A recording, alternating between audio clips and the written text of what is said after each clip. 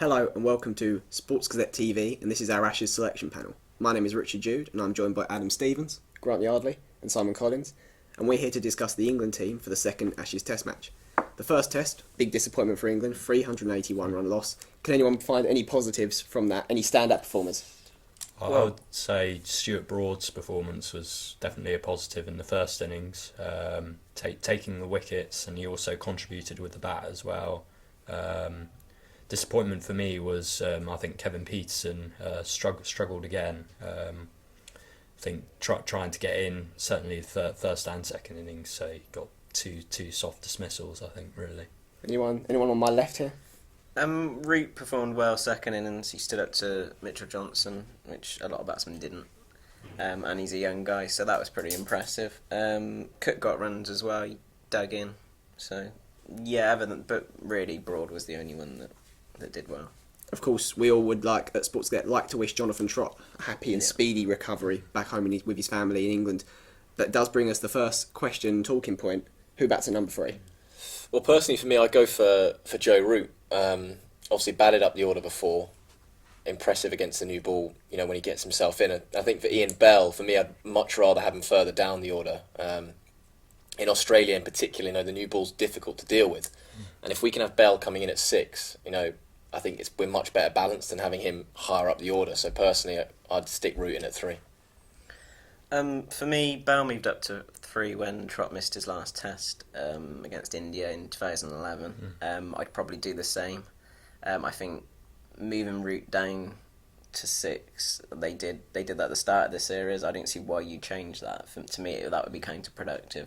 So yeah, I think that's the danger, isn't it? The yo-yo in for the position. He opened the innings in England. They then decided to move him back down to 6. They're very specialist positions, and 3's a specialist position as well. And it's lots of very different skills. And if you yo-yo him up and down, it might scramble his brain. So I think we're looking at Ian Bell. Is that a decision? Have we come to that decision? Yeah, I think just because of his performance in the previous Ashes at home, he got a couple of centuries, and that he was easily our standout batsman. I think you need to have your class batsman batting at number 3. Yeah, people see number 3 as your gun player, really, don't they? So. Yeah, I think that the transformation in Bell 2011 through to 2013 from the Bell before that, he's now a man that scores the important runs. Yeah. The accusation before that was he would come in and score 100 when Peterson, Cook, someone else the job had been done. Yeah, exactly, and he'd just cash in on a bowling attack that was already tired. Yeah. Now that's not the case. So we're penciling Ian Bell into batting number 3. So the next question is, who comes into the team? I think it's going to have to be Gary Ballance. Judging by his performance in the warm-up game is very impressive. 55 runs is a good knock, and we obviously weren't great at batting in the first test. So I think we want those runs. Before that, it was probably Stokes to do a bit more damage with the ball. But when we looked as fragile as we did in that first test, I think you probably got to call up Ballance.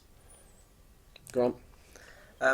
For me, before the last test, I probably would have picked Bairstow, just because he filled in for Pryor when he was injured, and he got runs in that game.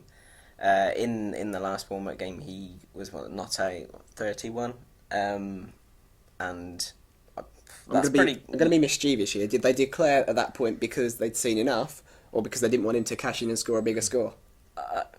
Yeah, I'd agree. I think they didn't want him to get in the team. Throw a spanner into the works. They see him as the reserve wicketkeeper, and that's the only reason why he's in the squad for me. Once Ballance got that 50, I think they thought, yeah, that's our guy. And Ballance has got the best first-class average out of them all. He's averaging over 50. So, are you a Gary Ballance fan, Adam? Definitely. I think, as Grant mentioned, he's been averaging over 50 in the county championship for Yorkshire, and I think he's the best option I think we have, because Bairstow has struggled with the short ball in the past, and especially with the Aussies steaming in at the moment from the first test. I would personally go with Ballance. I think Stokes also has too low an average to bat at 6 as well, and Pryor's struggling as well, so I wouldn't have him at 6 either, so I'd go with Ballance. We're certainly leaning for Ballance over Bairstow. The only question that I might have looking at my team here is,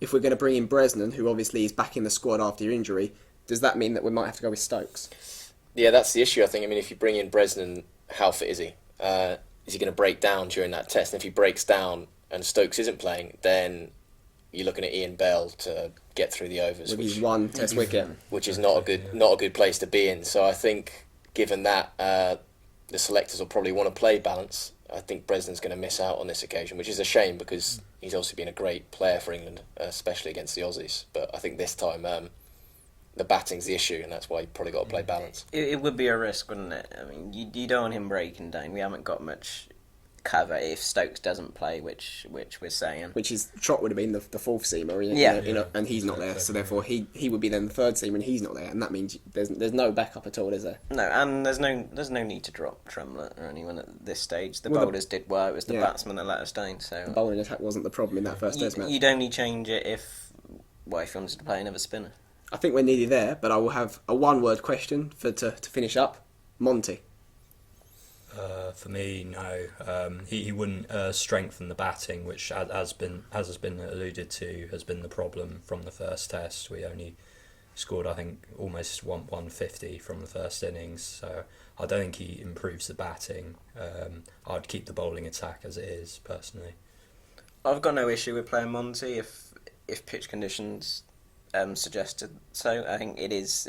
They say it's a drop in pitch, and previous matches, Sheffield Shield games, suggested that it does spin. So I can see them doing that, and I'd have no issue with it. I just think it's going to have to be a real turner for them to do that, because as you said, Panazad doesn't help the batting, and I think they will be worried about the He batting. saves games, Monty.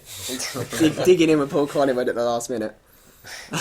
and so, on a realistic note, and taking the joking aside, I think we're looking at Ian Bell to bat 3, Gary Ballance to bat 6, Root moving up 1 to 5, and leaving the bowling attack as it is. Yeah. They're our considered conclusions.